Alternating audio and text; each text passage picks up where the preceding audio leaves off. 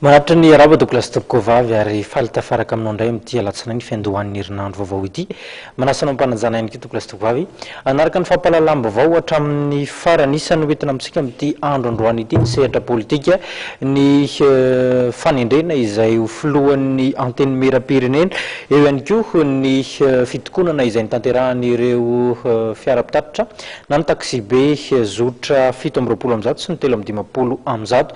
Ankoatr'izay ny tontolon'ny fandriampahalemana sy ny mahakasika ny sosialin'ny mponina manasanao anaraka ny fampahalalam-baovao hatramin'ny farany raha tafapetraka ny anteny mera-pirenena vaovao dia miala amin'ny toerany Andriamatoa Mamy Rakotoarivelo filohan'ny kongresy ny tetezamita, izany hoe ny 12 febroary ho avy zao izany fotoana izany.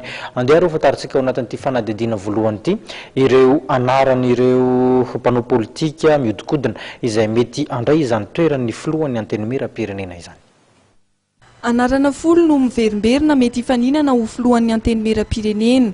Ireo hery manana solombavam-bahoaka maro ao anatin'ny anteny mera-pirenena no manana eritreritra n'olitra kandida ho an'izay toeran'ny filohan'ny anteny mera-pirenena izay. Ho an'ny Ankolafy Ravalomanana dia anarana roa no heny matetika fa mety hisafidian'izy ireo ary atolotra kandida amin'ny fifidianana filohan'ny anteny mera-pirenena.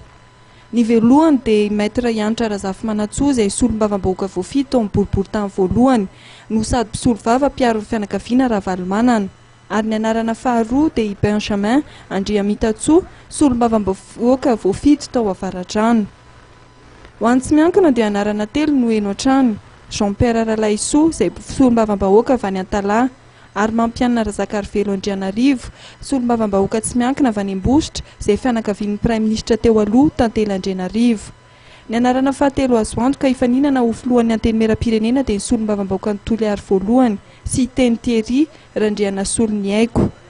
Ho an'ny Mapara dia efa fantatra ny zoma lasa teo anatin'ny fivoriana izay nitanterahan'izy ireo fa ministra ny fitsarana teo aloha ary solombavam-bahoaka voafidy tao Ambatofinandrana no atolotr'izy ireo amin'ny fifidianana ho filohan'ny anteny mera-pirenena. Ny MMM dia anisan'ny hanolotra ihany koa kandida ho amin'ny fifidianana izay ho filohan'ny anteny mera-pirenena. Olona efatra fantatra avokoa teo amin'ny sehatra politika no hisafidianan'ny ekipa n'Andriamatoa Adzo Andrianarivelo izay manana solombavam-bahoaka 520 ao amin'ny anteny mera-pirenena. Abdila solombavam-bahoaka amin'ny Vohemara sady efa minisitra teo aloha.